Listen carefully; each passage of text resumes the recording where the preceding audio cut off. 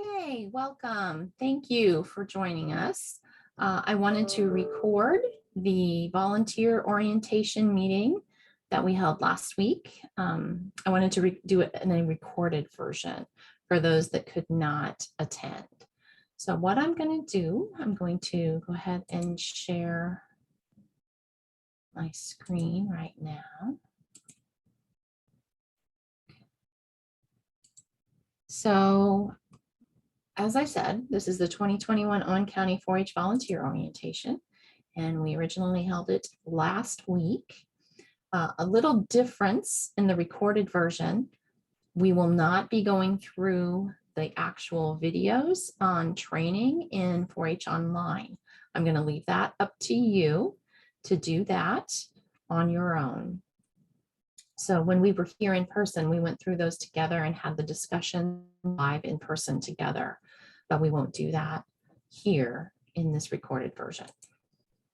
All right, so basically, we're going to be talking about some different things in your role as a volunteer and getting you enrolled, right? So you enroll as a volunteer at 4-H Online. So v2.4honline.com is the link that you will want to go to get yourself enrolled.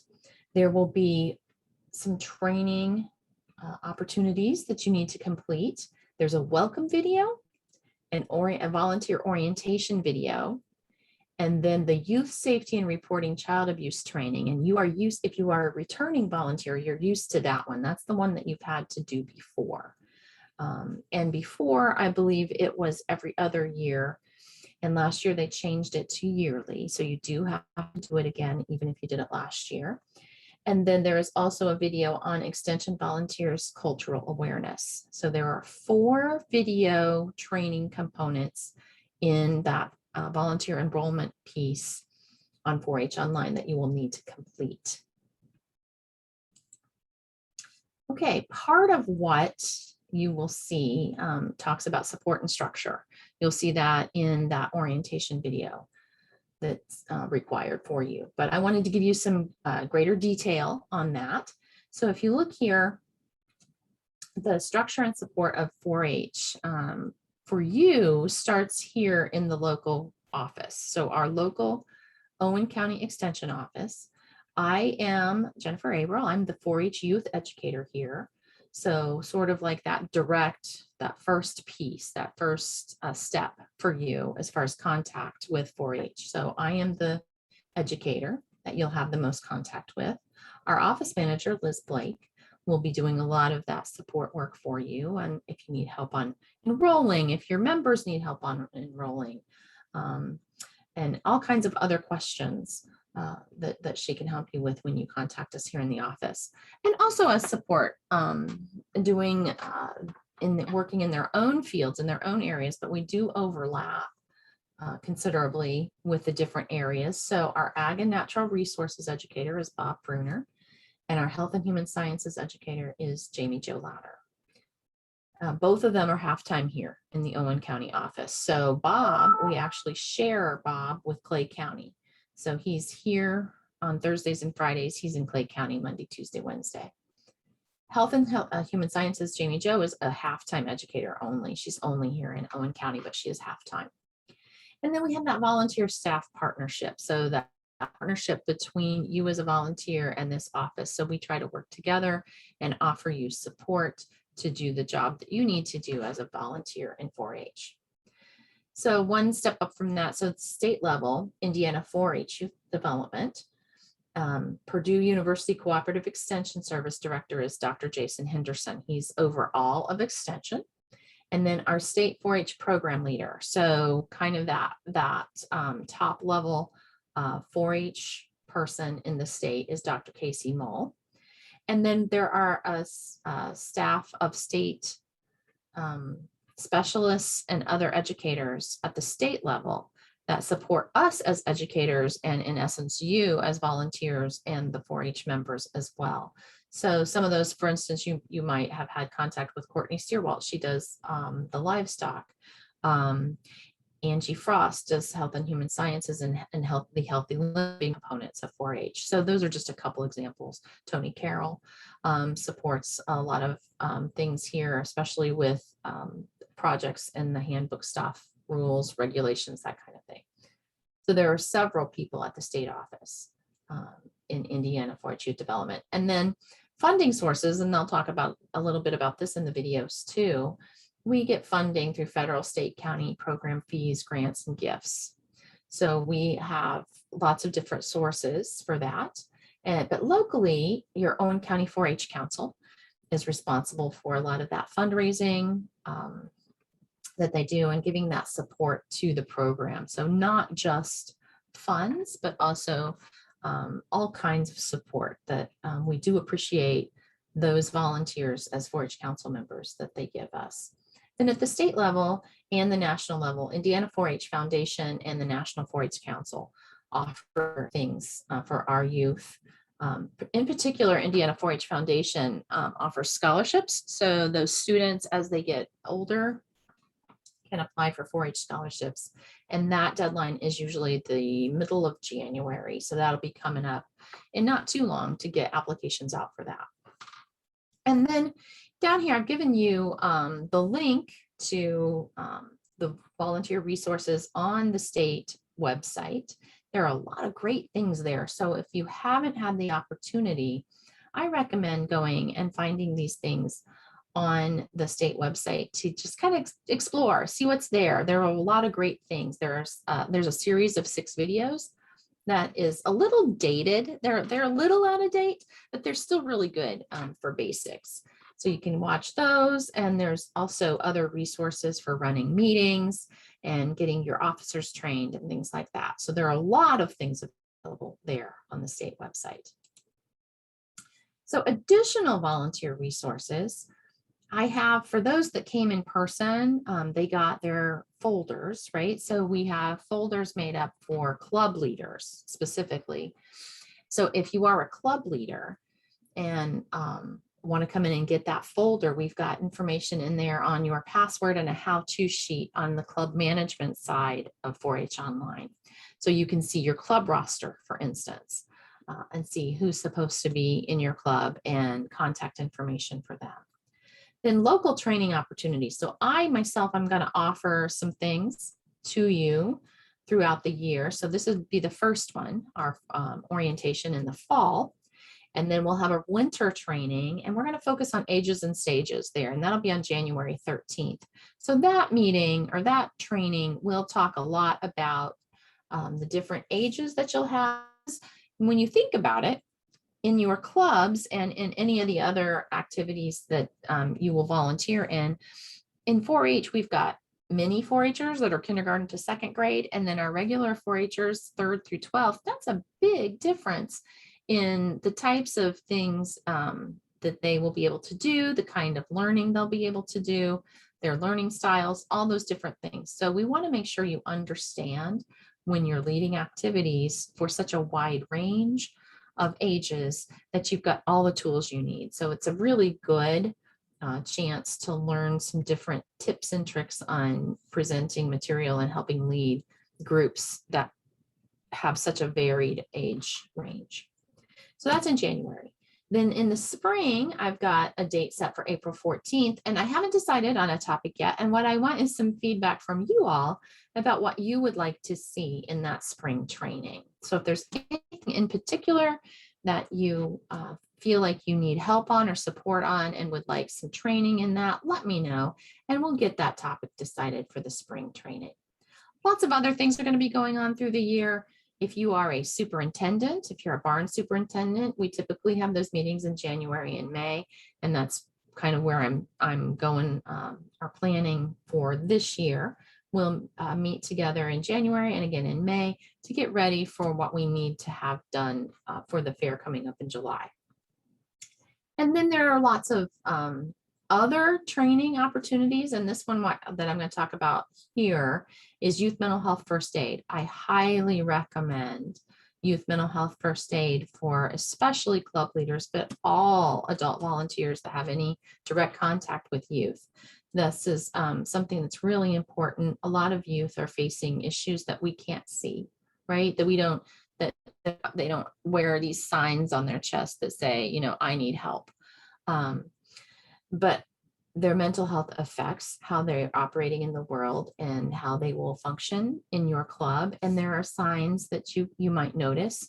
The youth mental health first aid does not make you someone who can diagnose or treat issues.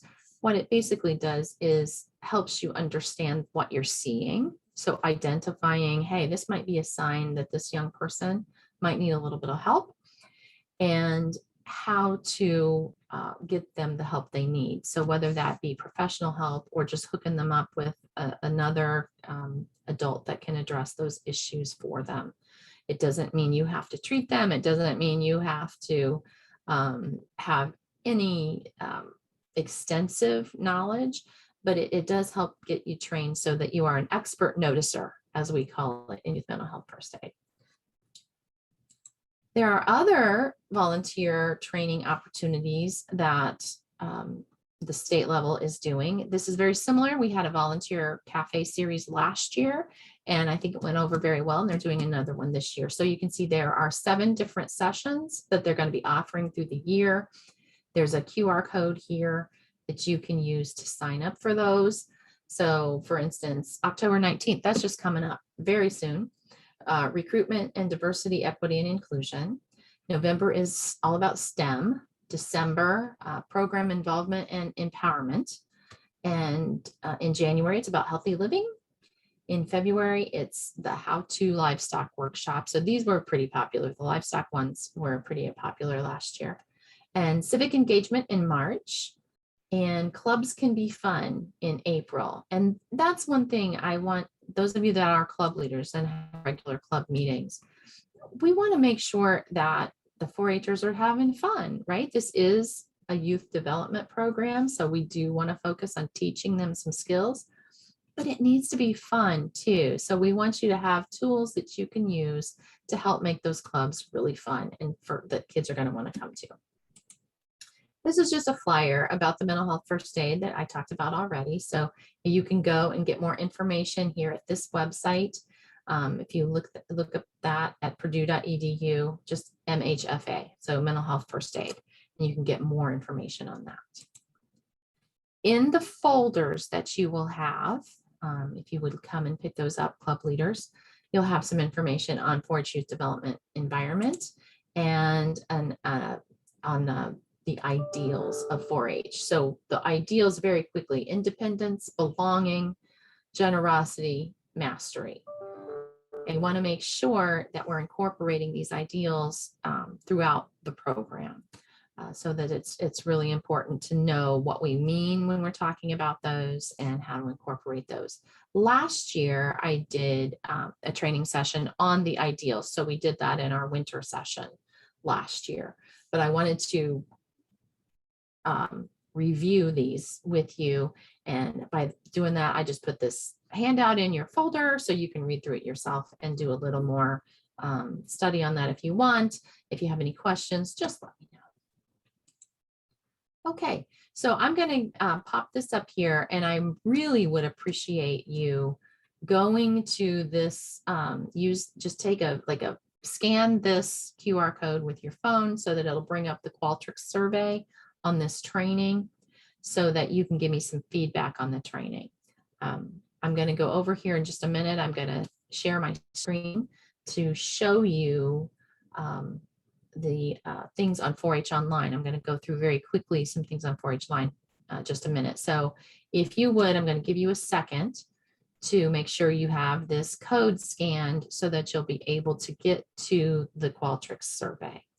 If for whatever reason we get done here and you need that QR code or you just need the link, like there's a link right there that'll take you to the survey as well. If you need me to send you a hot link in an email, you can shoot me an email or a text or something to let me know and I'll get that to you. But I do appreciate you filling out the survey so I have some information to help me improve trainings the rest of this year and this orientation for next year as well. Okay, So we're going to end the slideshow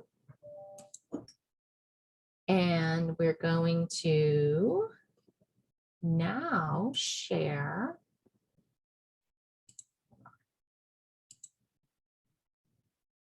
my screen.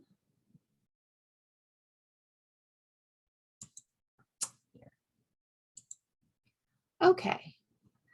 So I am using, I'm going to actually use my daughter's here. I'm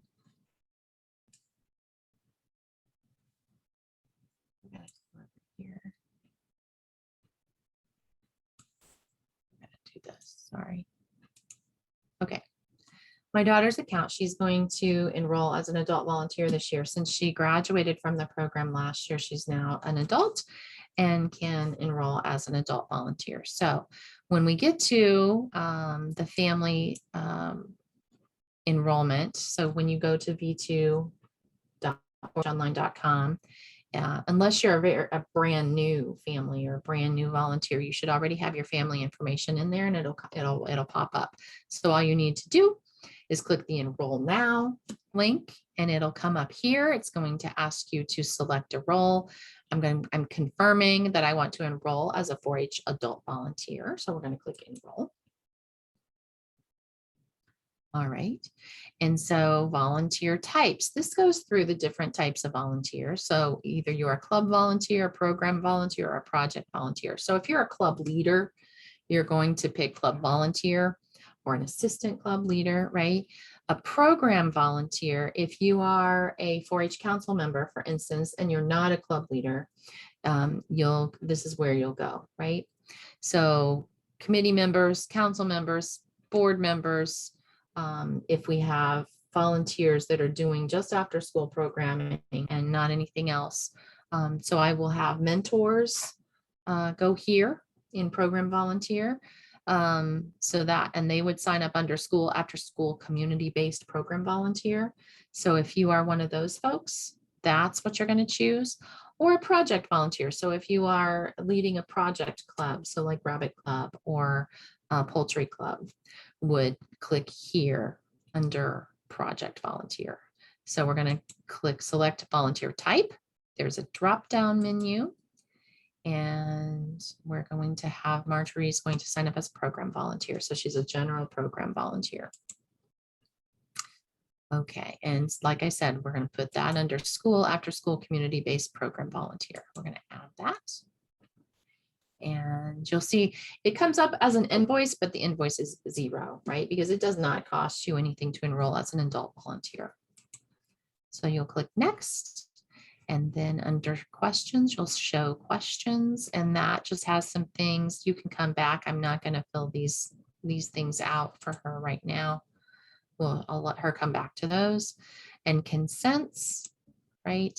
So this is where you're going to sign your adult behavioral expectations. You need to read through all of these. So I want to make sure you understand all of these things that are expected of adult volunteers. I'm not going to read them all to you, but I do want to go down. And you acknowledge that you accept the terms, okay? You acknowledge that you authorize a background check, okay? And personal liability. So vehicle use. So I want people to read this carefully because this is a little tricky sometimes, and it seems a little much. But when we're talking about the possibility of transporting youth, Purdue and the 4-H program is very particular about driving. So you have minimum driver qualifications, acceptable, conditional, unacceptable. So any of these things are unacceptable. So I am certifying that I am in compliance. Okay. And then your required volunteers signatures. So you have read and completed all the sections above. And you will just type in your name here. I'm going to go ahead and type Marjorie. I'm going to have her come back and do this too, by the way. Okay, so she is a volunteer. We're going to submit. Okay, we're going to confirm. So that will submit it, and that will send that up to Liz, and she'll be looking in on those to approve those. After you've submitted that, then is when it will come up with your trainings that are required.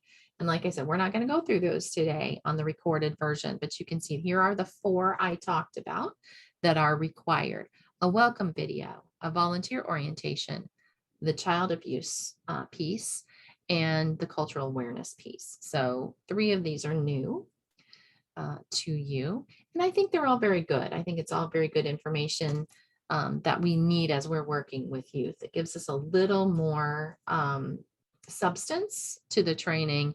And I think it gives you a little more to hang on to when you're working with those young people. Okay, so we're not going to do those today, and we're just going to go back to that member list, but that's what you will see. I'm going to stop sharing that. Okay, so that is what you need to know as far as getting yourself enrolled and kind of an orientation to you as an adult volunteer in Owen County 4-H program. If you have any questions at this point, like I said, we're going to be offering more training. We're going to offer you support. And anytime you have a question, please feel free to give us a call. You can give me a call in and talk to Liz or any of the others that are here in the office, and we can try to get your question answered. If we don't know, we'll find out. Okay. And like I said, the biggest piece is I want you to know that you have support here. If you have any questions at all or any concerns about any of the things you're doing with your club or any of the activities or events that you're doing, your meetings, then just let us know and we can help you. Okay. All right, so that's it for your 2021 orientation. If you have any questions, please let us know. And we hope to see you at a lot of events coming up this year. Excited about it. Thank you.